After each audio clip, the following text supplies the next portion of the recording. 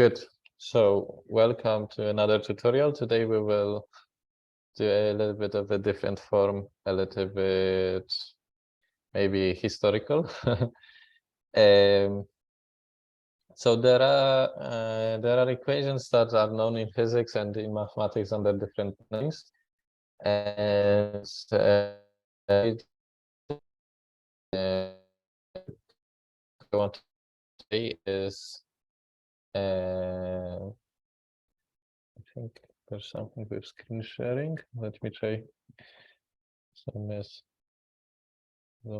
saying maybe there's some issue with the loading. Okay. Good. So you should see the Wikipedia page for the Picard Lindelöf iteration, and the iteration gives us the theorem. The theorem is quite nice. The theorem tells us that if we have a differential equation, ordinary differential equation, with some initial values prescribed to us, then this system of differential equations will have a unique solution under certain conditions that I will discuss in a moment. So basically, it's a characterization of when is a physics problem having a physical solution. And a little bit about this. This is basically a problem of the type dx dt, which is maybe some f. So let's say x squared, or maybe let's put x. Then we know the solution is actually x of t is equal e to power t with some maybe constant here or there, right? So here we found a solution, and great. But mathematicians want to understand things more generally. And basically, this Picard-Lindelöf theorem is a characterization of when is finding this solution possible. So if I have x prime is equals to x, then e to power t is some particular solution to this problem. So when can I find this? And in particular, when, so in this case, f of x is equals to x, okay? But in general, I could have any kind of function. So when can I find those solutions? And the thing is that for certain equations, finding the solution is not possible. So I think the equation dx by dt is equals to 1 over x. I think this one doesn't have a solution. And the problem is the singularity of this function f of x is equals to 1 over x. F of 0 is what? Plus infinity. And the problem here is that it's a smooth function that maybe looks like this, or actually maybe like that. So for negative x values, we have negative values, so this not. And basically here we have a steep jump. That's a singularity of the function. This Lipschitz continuity means that this function should never be discontinuous like that. And then it says if it's continuous, for example, this is a continuous function, x squared is a continuous function, any nice continuous function on the full domain where we want to be solving the differential equation. If this is satisfied, then there will be a solution. And one problem with this 1 over x differential equation was is that there is no unique solution.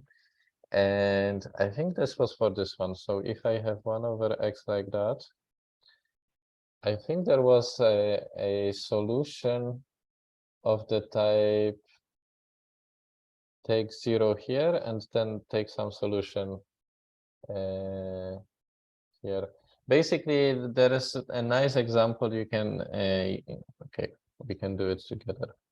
It's a tutorial, so I should be. This I was learning 10 years ago, maybe. Unique solution example ODE. So let's see what Stack Exchange tells us. This is just the first browser. Okay. So we have this equation here.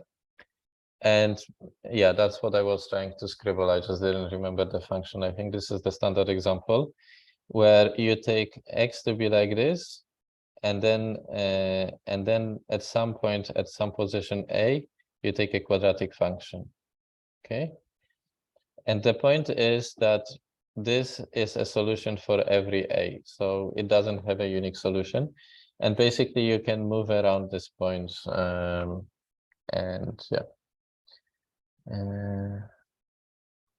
So the author here is explaining that for every a, you will have this initial value constraint, so x of 0, so t is running here, x of 0 is 0, but then you have infinitely many solutions of this type. Okay, and later we will check that most likely what we will find is that this is in some way maybe not Lifshitz continuous. I don't see exactly why this is an issue here, but this is maybe what this Picard Lindelöf theory would suggest to be checking. Okay, so in a moment maybe I will show this Lifshitz continuity a bit more. Okay, so I will need to explain the setting of this this theorem.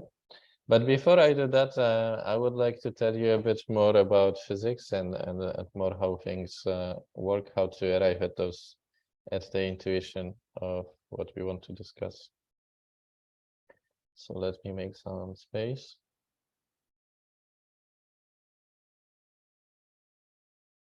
Okay. So how this kind of stuff overlaps with quantum mechanics is quite nice. And actually, once you know this, I learned this from the study of dynamical systems. So in the 90s, people developed a lot of chaos theory and so on. So if you get lucky in your department, you can take some nice courses on this.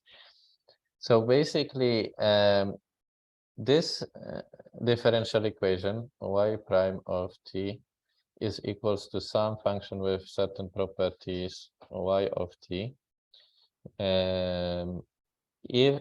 If you have a solution of this, then the solution means you have a function. So one solution could be, for example, 5 times e to 50t.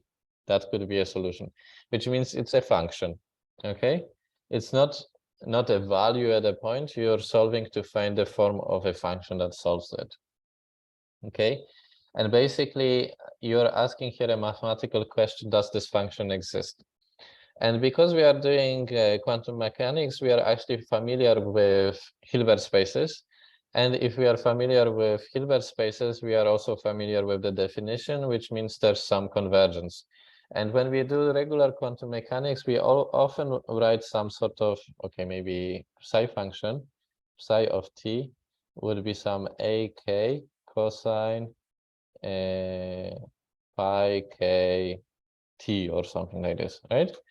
So basically those are numbers, they are complex valued numbers, and those are our functions. So we take the cosine and we do the Fourier transform and overlap, right?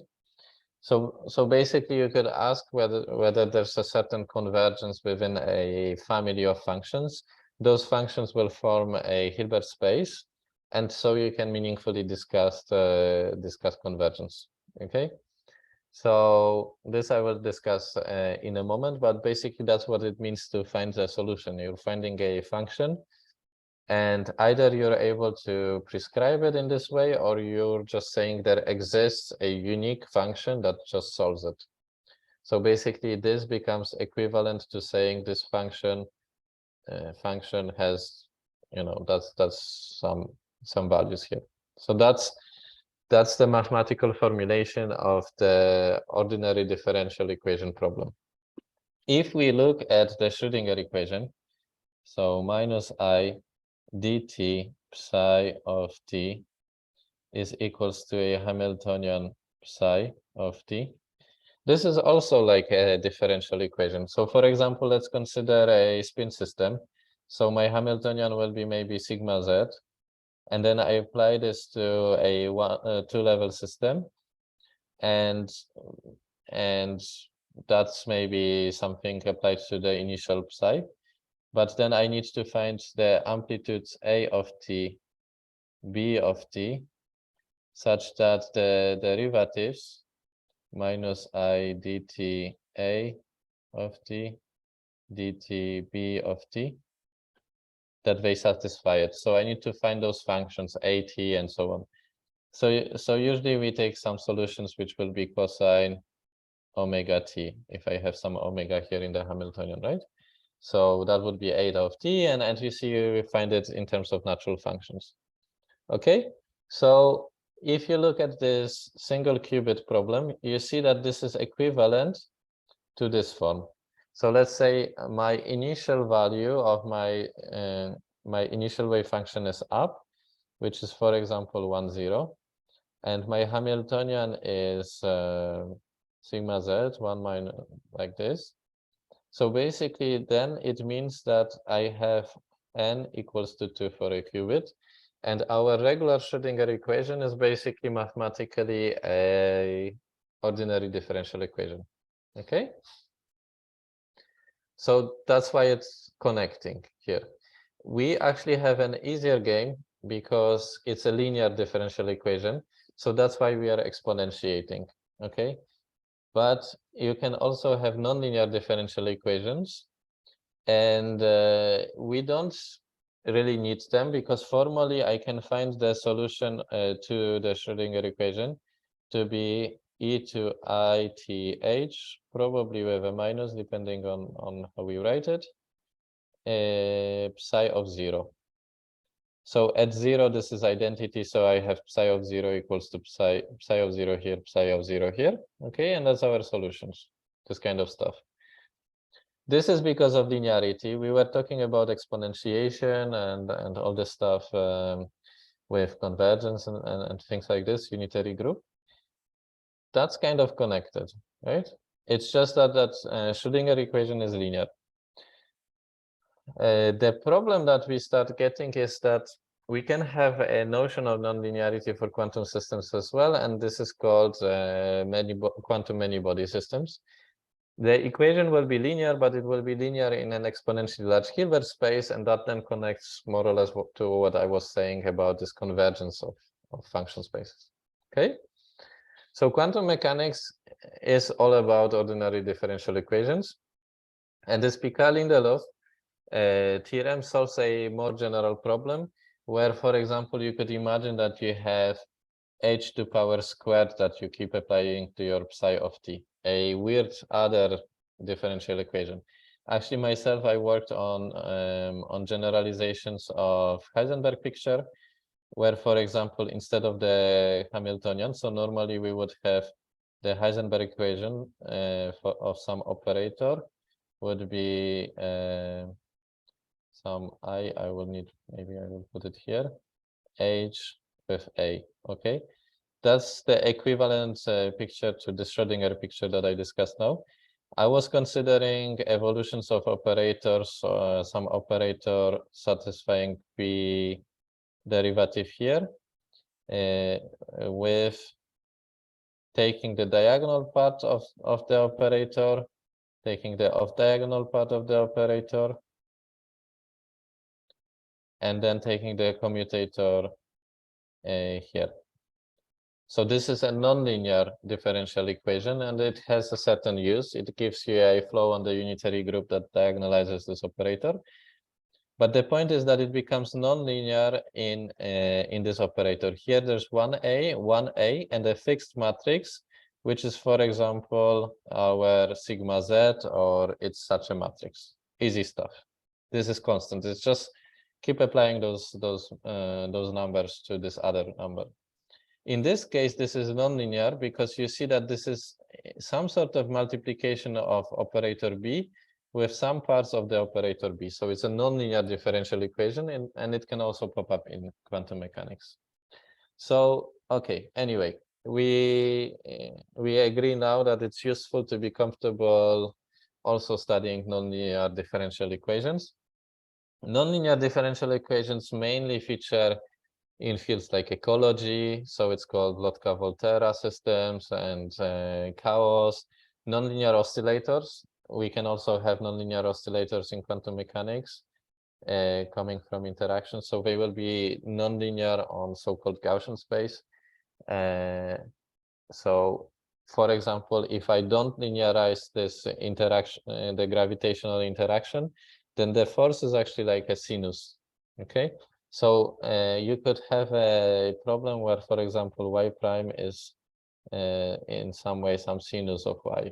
We could study some problems like that. So that would be a non-linear function of your coordinates that you're solving. Okay, so those are some examples of nonlinear equations. They usually lead to maybe some sort of chaos, complexity, pattern formation, very interesting stuff. Okay, so when we are dealing with equations, there's something called Dyson series. And basically, there's a more general formal way of solving this system of equations just by using the fundamental theorem of calculus. Okay, so we were looking at the fundamental theorem of calculus for deriving bounds on discretization, and let's see if I can get it right.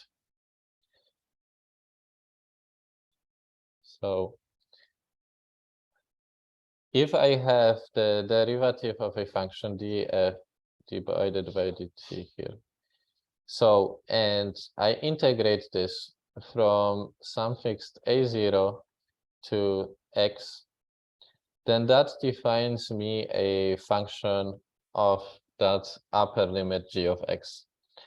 So equivalently, we can say that, or maybe I'm already done, right?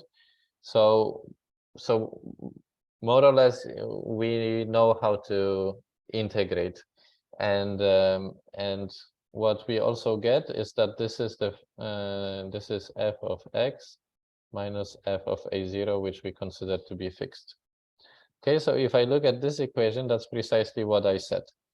I have y of t and the upper limit here. But basically, what I'm doing here is that here I was saying I have df dt and f dt. So formally, what we have here, t0t, is actually that I need to be taking the derivative of y as a function of s and then integrate the s. But because of the differential equation, this derivative, which is written by a prime, but this is really meaning dy dt, okay, in this notation. This is nicer because it's more intuitive for this. You just say this derivative at every point in time is equals to this f function, okay? So this is just the fundamental theorem of calculus, what we have here, okay? But it gets better. It gets better because if we scroll down a bit, okay, the boxes are almost fitting. I will remove them in a moment, but it gets better because this is for the full solution. When a function solves y prime fy, so it's really dx dt is equals to x, which means x of t is constant e to power t, stuff like that, right? That's what it means to have a solution of that differential equation. You could say that you're in a self-consistent way integrating that function to some time. It's kind of wrapping the function into itself. Okay, you take the solution, put it into the function that defines your differential equation here, this f function, then integrate that function when the function is acting on the solution. And what you will get is the function itself minus the constant. Okay, so this is a self-consistent integral equation. Okay, because there's an integral, the integral involves upper limits, and it involves those functions on both sides. Okay, so that's why it's called the integral equation, and we can click later on integral equation, or you can check on Wikipedia yourself. Okay, so we have this solution here. And that's actually very interesting because you can set up a beautiful recursion. So let me see if I can erase the scribbles. Okay, I can. That's nice. That's the box, but okay. So what do we have here? That will be our starting point of the recursion. For k starting from 0, 1, 2, and so on, we will have functions phi k of t. And those functions phi k of t should be approximating our solution, which is a function y that for every t solves this differential equation, right? Good. So we need to start the recursion, and we start by saying at every point in time, our starting function, this is called the Picard iteration, also written here. We'll look at an example in a moment. We are starting with the initial value. The initial value means that that not only do we satisfy the equation, we also force the function. We also force the function here. We force this function to have a fixed value at the initial point t0. Okay. So once we have this initial value, we say the starting point of the recursion, they should overlap. So like make them equal for all times. And then we start recursively defining new functions. So I could define, using the fundamental theorem of algebra, a new function, a function of t, which will have certain properties, right? And that function will arise as an integration from t until t0, okay? And then I just add this constant here, and what do I get? It's my new test function phi k plus 1 of t, okay? That's what we are getting here. That's the idea. And the point is that if we consider a norm on functions, then we will see that phi k minus phi k plus 1 is going to 0. Okay. So if I was able to show this, I would show that phi k as a limit becomes actually the solution y. And that's the Picard-Lindelöf theorem. It's a systematic way of constructing a solution to a differential equation. Okay. And now the funny thing comes in, because this is called also Dyson series in physics, because it's also useful for deriving diagrammatic expansion. So Dyson series. And Dyson always was saying that he knew it from mathematics, but everybody calls it the Dyson series. So what you can do is you can feed in phi k instead of this. You can use the recursion. Okay, so I take phi k plus 1. I will skip the t, or I will put the t. Okay, y0, and now I want to put phi k. I need to put in plus t0 t f of s, and then here I get y0 plus integral t0, and now until s, not t, ds phi k minus 1 of s, close this function and integrate over s, right? And if you keep feeding it in, you get something that we call Dyson series, in the case where f is linear. So maybe I show it in a moment, or let's see. If this would be a linear function, then I would get phi k plus 1 of t. No, I don't need, I'm just continuing the equality there.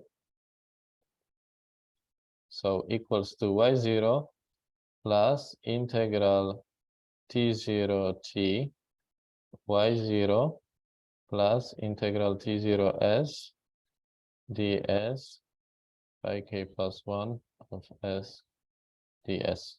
Okay, so I need a bracket here, and then if I would expand it, I would see I get y0 plus t0 t y0 plus a double integral T0 T integral T0 S ds, and then phi k plus -1. Sorry, there's -1 here.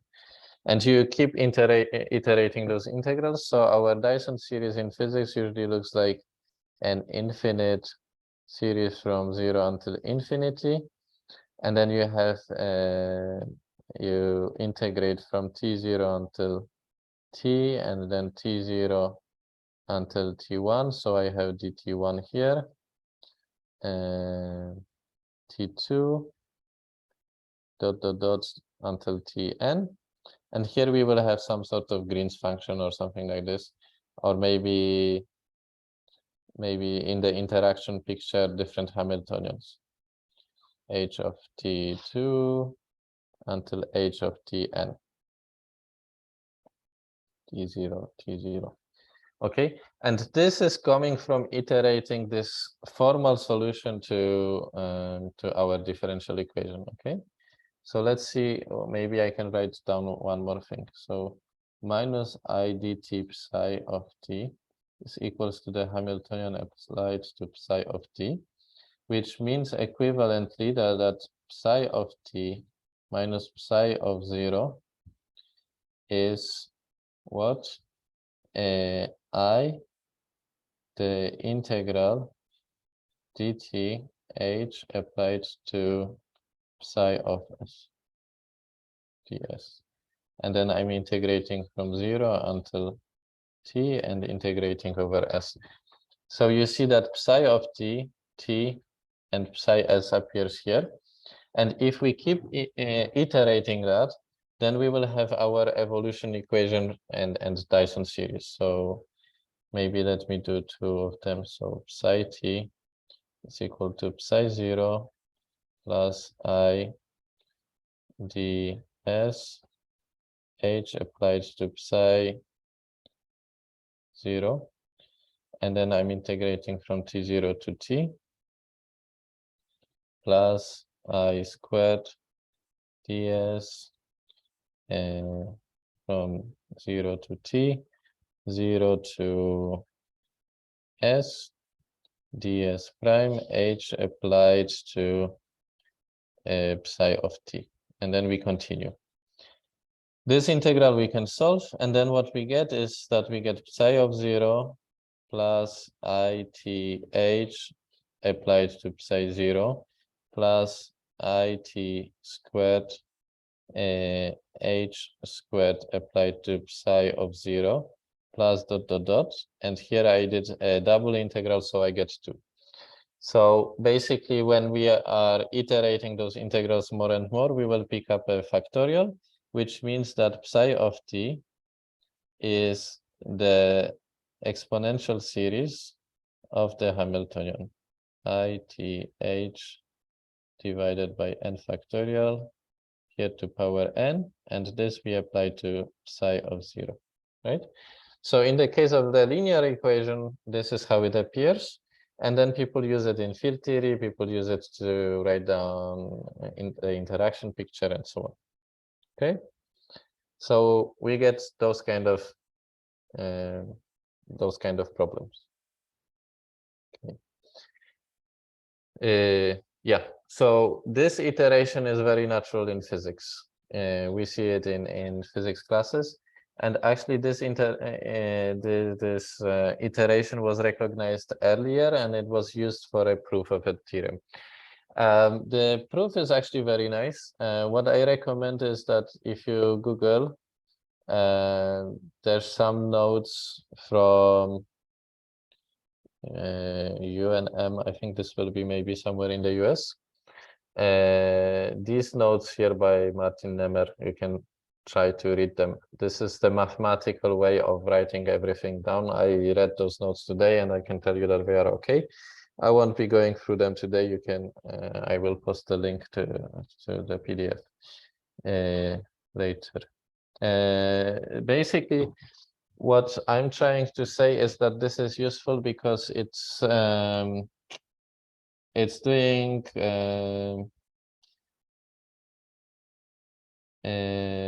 this is useful because how to say, it allows you to systematically understand how to construct solutions to different differential equations. So for example, what we studied last week was using matrix analysis to solve a different problem, where we, for example, have an evolution of a wave function with a time-dependent Hamiltonian applied to the wave function. So my Hamiltonian is changing. For example, I could have sigma z plus cosinus omega t sigma x, right? So we were studying how to approximate. But if you want to ask whether this solution exists, whether we have some properties of this solution, this is helping you, even though the Hamiltonian is changing on the way, right? And this is the case where this function here depends explicitly on time t, right? Because in this case, my function f of t is applying this matrix, but also this with different amplitude of the rotation here, okay? And that theorem tells us that the, let me show the theorem. That theorem, if we do it carefully, we will see that our assumptions are satisfied because we have a two-dimensional problem. Our function f is applying the sigma z plus cosinus omega t sigma x, so all good. So our function here is very nicely continuous, and it's also satisfying the stronger Lifshitz continuity. That continuity means that if I take f of x minus f of y and look at the differences, then there will be some global constant that will tell me this cannot be much more than the distance of the points. Okay, and it's the problem with a function, for example, like this, is that it has a singularity. So basically you're amplifying the distances, right? So I take a small distance here and then it's becoming huge. So there are issues like that.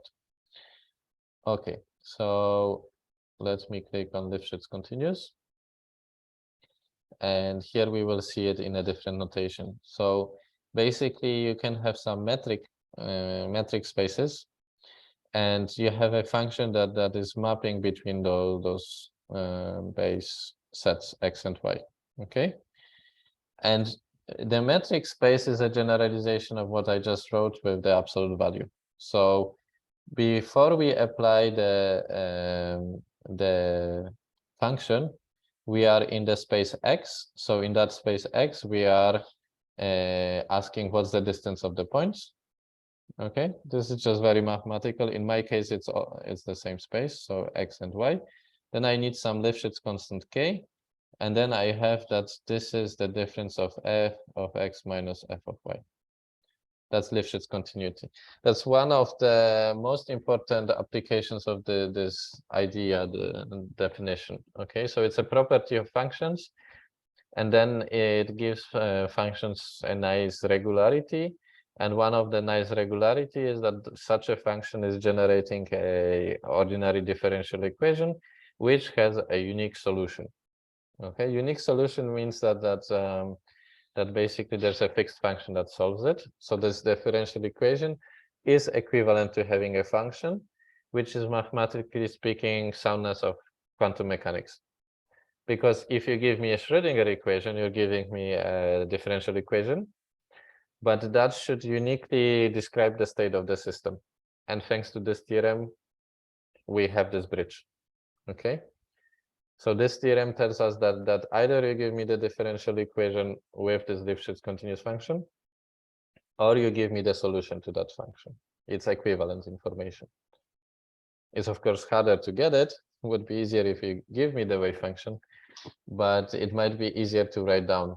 Okay, so in physics we write down laws, so differential equations instead of solutions, and then we try to get the solutions. Yeah?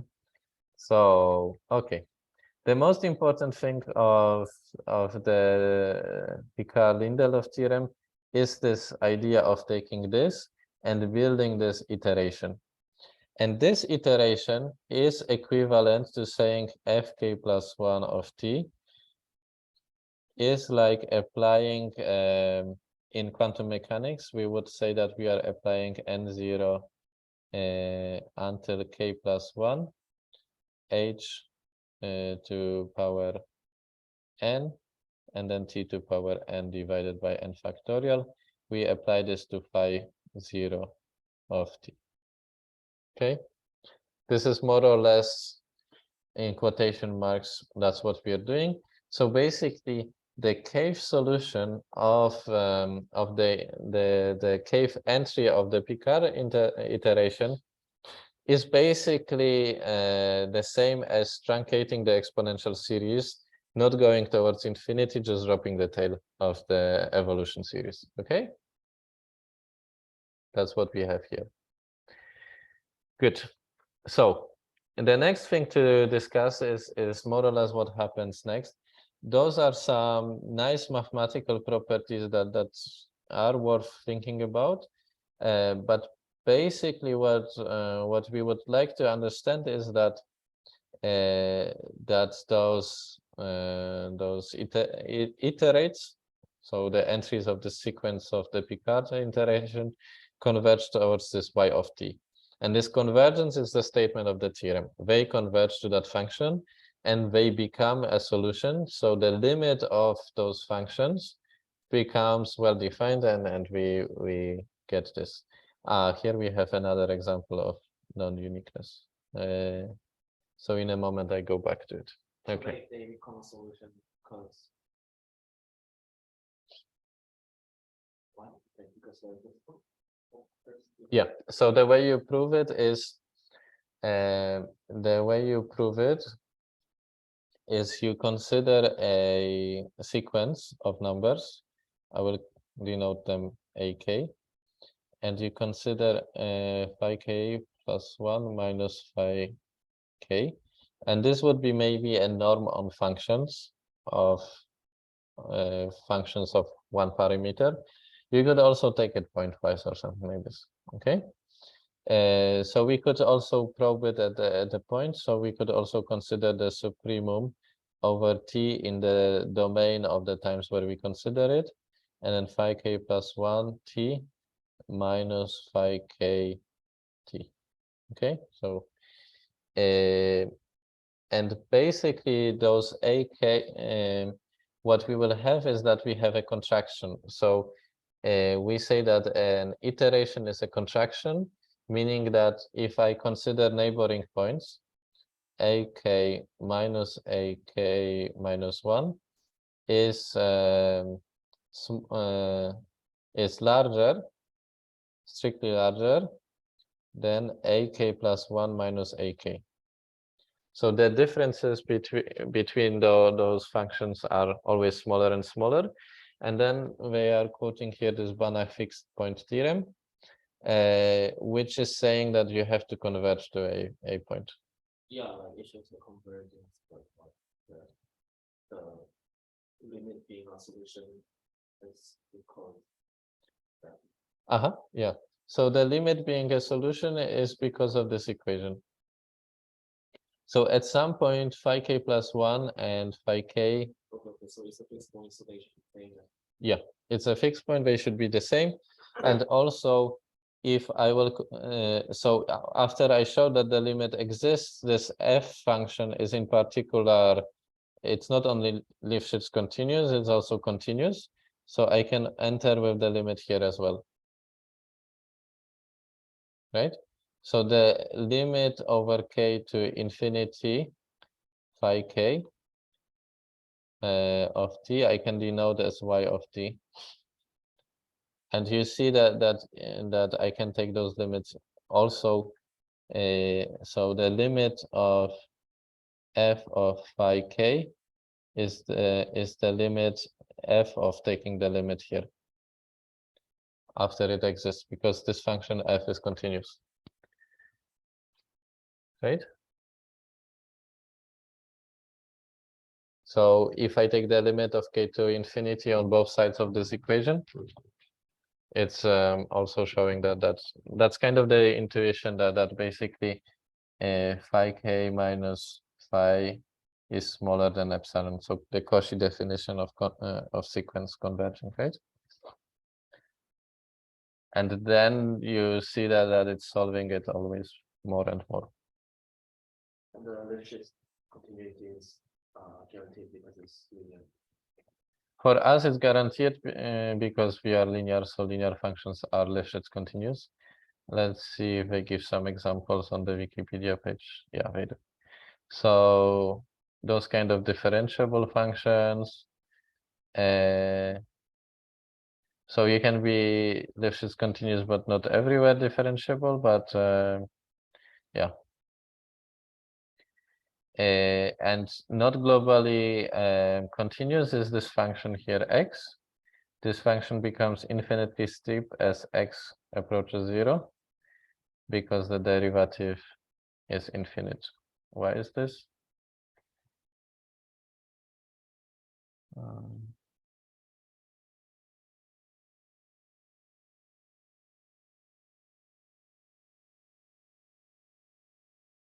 Yeah, that's a weird case of taking the square root of 0, right? But basically the derivative of f prime is what, 1 over 2 square root x. So when you take this at 0, this goes to infinity. So that's a weird problem there. And because of that, this Lipschitz continuity is regularizing the steepness in some way.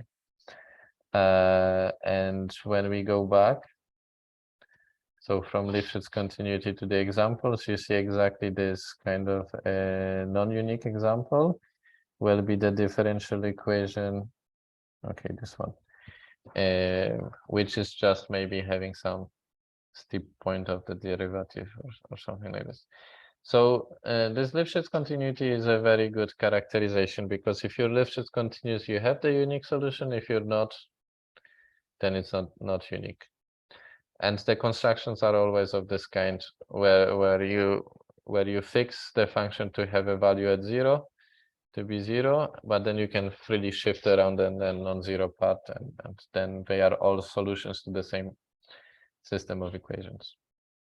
So you have to watch out for that, and that's some issue there. Okay, so the detailed proof is probably much better than what I tried to explain, but today it's really like a tutorial just showing you around. So you can consider the norm. It's exactly the norm. I actually didn't read here that far. I like the notes. The notes are pretty good, so I recommend those notes. Well, okay, we consider this infinity norm, and then we want to show that at all points they agree. This is a good measure. So this is something I can add to this text. It's a good choice of the measure because the functions that we are targeting, it's a differential equation, so they should be continuous, which means it's okay to be probing them at points. Yeah. Sometimes we take this L2 norm where we integrate, but here we just take the supremum. And then we check what's the differential equation of operator, which means just applying this stuff, what's going on there, and you go through the proof, and basically start checking what's going on with the Picard interaction. And what we see is that this Lipschitz continuity is coming in the crucial step. So somewhere here. That's more or less what you should read. So basically, the difference of those functions, we relate through the integral to the difference applying the f function. And then when we have the difference of those f functions, basically we were learning how to go with the norm from inside of the integral. So we are kind of, in the previous tutorials, we were building on really tricks that are very useful, right? So the norm of the integral is the integral of the norm. Once we are here, we use the Lipschitz continuity, so we have a nice way of removing the f function and getting some constant, okay? But then once we have this, we see that our new iterate is smaller than it was before, okay? And then it is a contraction if this number A is smaller than 1 over L, and that's part of this Lifshitz continuity there. Yeah. So yeah, I mean, this condition there, it will be part of the definition there. Yeah. So okay. Let me see if I can find Dyson series. There's a question. Okay, let me see. How can we prove that Fn is Lifshitz continuous using mean value theorem?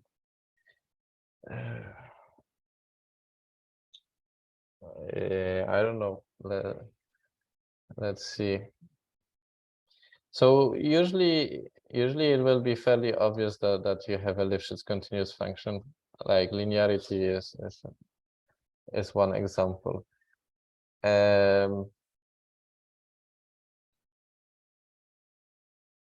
Let's see properties. Maybe if we check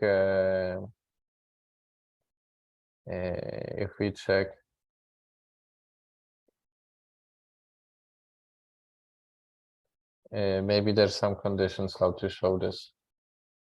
But I think the easiest way was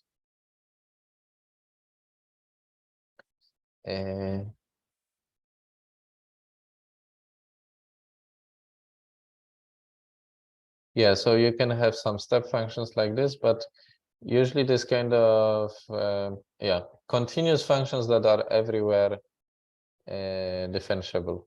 Okay, so that's maybe the best example. So Lifshitz continuous functions are everywhere differentiable. I mean, everywhere differentiable functions will be Lifshitz continuous. And yeah, analytic functions can have singularities. So then the derivative might be infinite at some singularity point, right? So that doesn't work. Okay, so for example, the sine function is Lifshitz continuous because its derivative cosinus is bounded above by 1 in absolute value and stuff like this. I don't know more. I think maybe there will be some explanation how to check this. But basically the make or break is whether the derivatives are behaving well. Yeah. And our examples for non-unique solutions where we can shift our solution to the equation. So basically you could say you have some growth of some property of a system. And this differential equation will not specify when this growth is kicking in because it can happen anywhere, and the differential equation doesn't say when. So it's an underdefined problem, even though you say at some point it was 0, right? And in this case, this function is y to power 2 over 3, and the problem is that the derivative has a singularity somewhere. So that's what Lifshitz continuity is regularizing. If we have polynomials and stuff like this, then this is Lifshitz continuous. If we have rational power functions like this, unfortunately not. Unfortunately or fortunately, because it can be also interesting behavior. So roughly that's what I remember about those Lifshitz functions. But if somebody in the group looks at those properties and has maybe some better explanation, then I would be happy to know more. Yeah, so basically there's this make or break whether the differential equation exists. Last week we were using heavily this kind of matrix analysis to study those time-dependent Hamiltonians. But if we apply a time-dependent Hamiltonian to an initial state of the system, by this theorem, we already know, even though it's time-dependent, we already know this solution will be unique. Okay, because we have a linear time-dependent equation. Okay, So that's why I was doing all those discretization and all this stuff was working in the back of this. There's this theorem. Next, what I still wanted to show was I wanted to show the Dyson series. This. Okay. So Dyson series on Wikipedia. Let's go. The Dyson series is useful for the interaction picture, and that's where Dyson was applying it to explain Feynman diagrams, because usually if you have an interaction and you will do something perturbative, it's nicer to switch to the interaction picture, and then you have this this kind of propagator equation, and the Tomonaga-Schwinger equation is kind of using the thing that we said. It's more or less using the fundamental theorem of calculus. Okay, and the only problem with this kind of stuff is that this works for qubits and finite dimensional spaces, the kind of stuff that we are doing in quantum computing. For quantum field theory, this doesn't work. And it doesn't work because this kind of equation is not valid generally if you're dealing with fields, because fields are not numbers. That's the problem. So if you will look at the nodes, so for example, you can see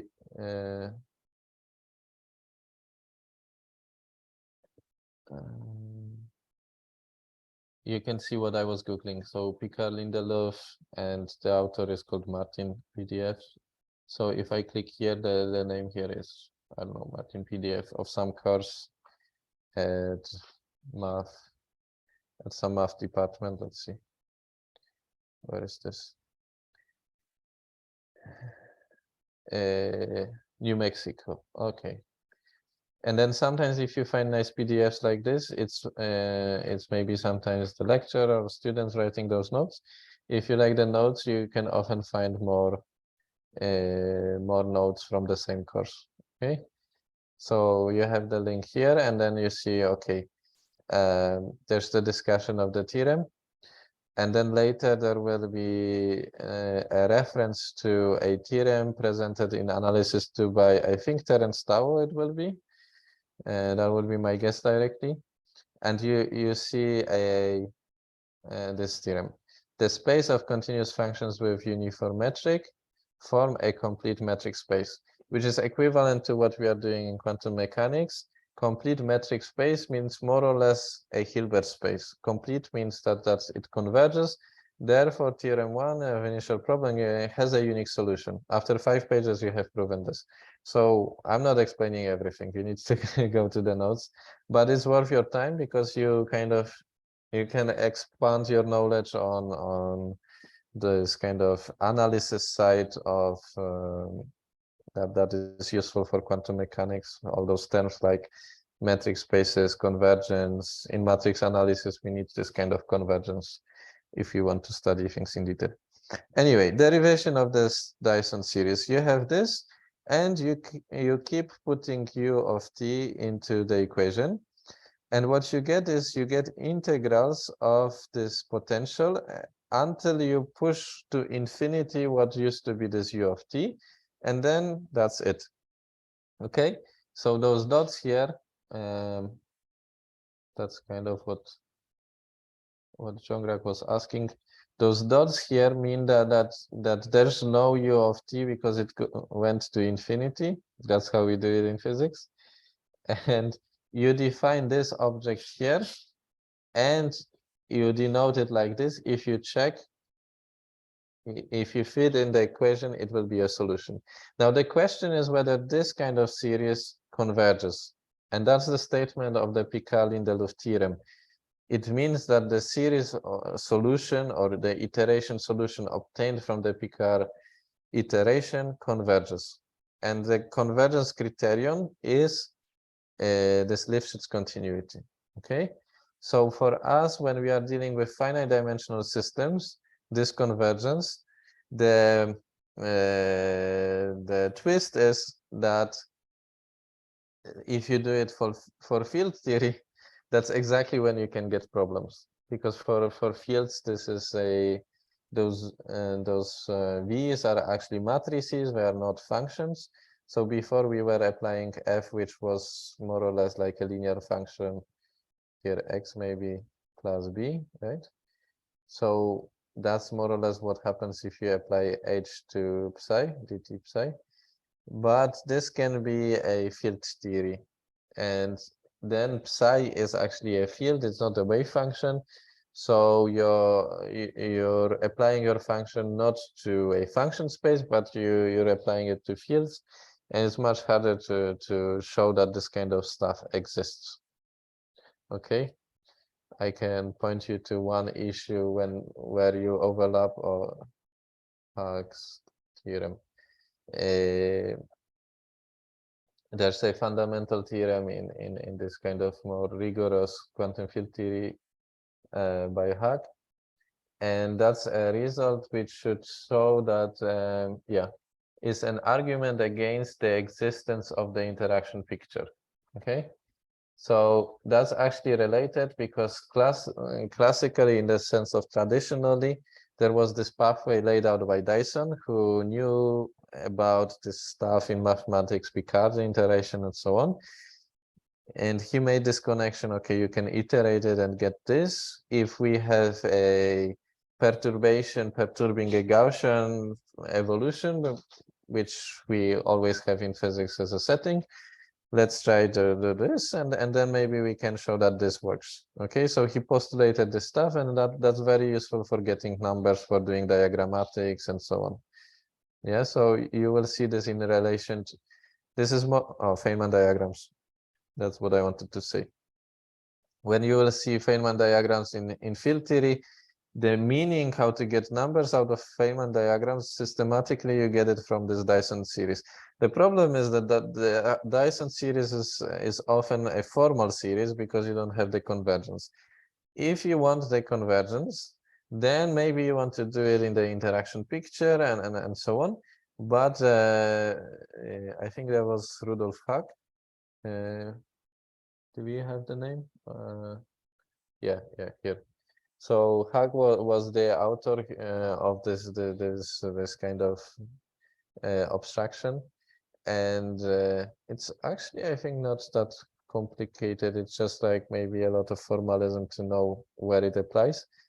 But basically, it's an abstraction of mathematically proving that quantum field theory, so the description of particles, that our mathematical theory is sound, that it exists nicely, and so on.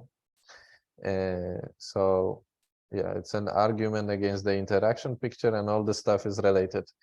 So yeah, in our case, the theory from what do they say when it, this is 1924 and so on, so like this is more than 100 years old. In case of qubits, of all our time-dependent evolutions, the control that we apply and so on, this is all nice. If you want to study elementary particles, then we don't know whether those field theories are sound. And Hugg's theorem is more or less the starting point to, people like Whitman and Reed and Simon. They also worked on showing mathematically that all this stuff works. Yeah, and all this stuff is related, right? Because the old mathematics for ordinary differential equations, then Dyson coming around to explain how to translate Feynman diagrams into numbers systematically, but then mathematicians coming around saying, okay, but this is not, it's not obvious that the stuff converges, right? So here in the physics Wikipedia page, we just put ... and then we are done, but mathematically it's not so clear. And that's also this issue with renormalization group later and so on. Yeah. So I think that finishes this discussion. Okay. This is useful because if you look back at what we discussed with applying the Hamiltonian to if we have a time-dependent Hamiltonian. So let's write it again, dt psi. And I apply some small matrix, d by d matrix to psi. Then our theorem, let's move to Picard Lindelöf, tells us that as long as we don't mess up too much in the time dependence of our Hamiltonian here, unless we will have like some infinite spikes in the Hamiltonian, if we continuously change the Hamiltonian nicely, we know what's the solution to our problem, which means we can compose the evolution, we can change the Hamiltonian, so we can have H1 and then ramp it up to H2 by changing some voltages and so on. All this stuff is well defined, and those solutions to those equations exist. Okay.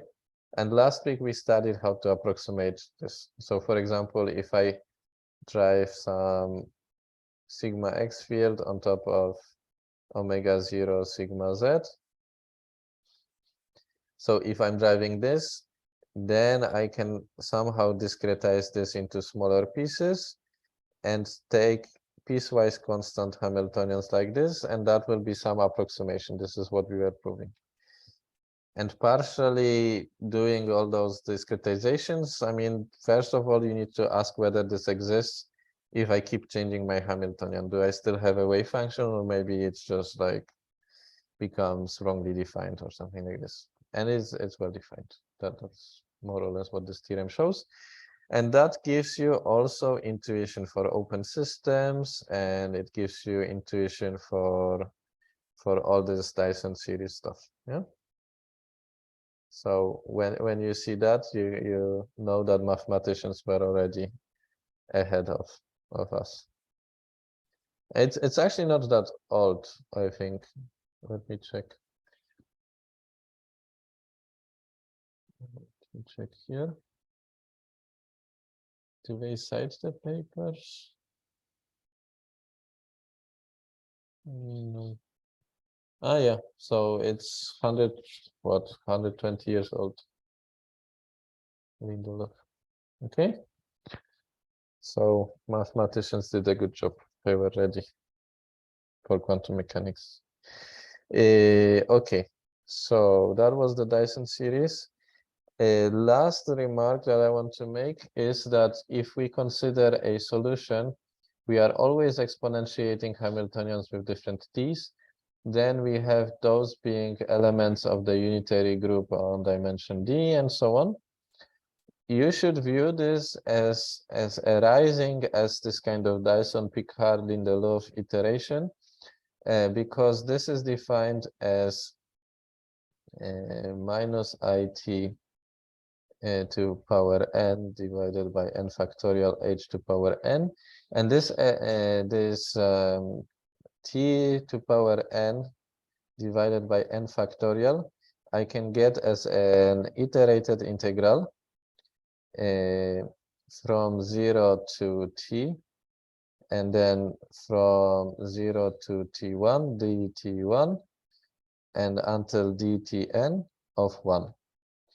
And that's something you will see in field theory textbooks. You will see only this picture where you have T1 and T2. And basically, they cannot be larger than something. It's a triangle. So the integral of a triangle is T over 2, which is the second term. The first term is just a line, I get T. And the third term is integrating this dt to some T prime. And if I keep doing this, I will have I had 1/2 before, and now I get this. I integrate this again, I have t to power 4, I had 2, 3, 4, and so on. So you can check that this integral, it's called in general the unit simplex. So higher dimensional triangles. And basically because of this is more or less this Dyson-Picard-Lindelöf stuff.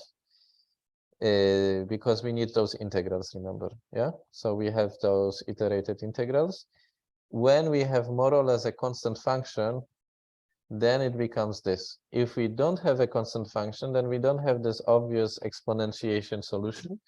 but we found a way of approximating it by composing exponentials together, right? So when I had this, I was approximating it by that. So here I can exponentiate with the Hamiltonian 1. Here I can exponentiate with Hamiltonian 2. Here I will have H3 and here H4. So as the Hamiltonian in the Schrodinger equation changes, your exponentiation changes. But if you don't wait for too long, you can consider it to be constant, right? Some physics intuition there. And we were making bounds on that physics intuition. Okay, so our exponential is really coming from this stuff. You can take this stuff, then compute those integrals, and you will find this. Quite a good exercise. I spent a lot of time and didn't bring me much, but I enjoyed those exercises myself. Okay. Yeah. So unless we drive the Hamiltonian too sharply, adding too many spikes, then we have a good, a sound physical system, and we get a solution, and then all this stuff is related. And okay. Good. Okay.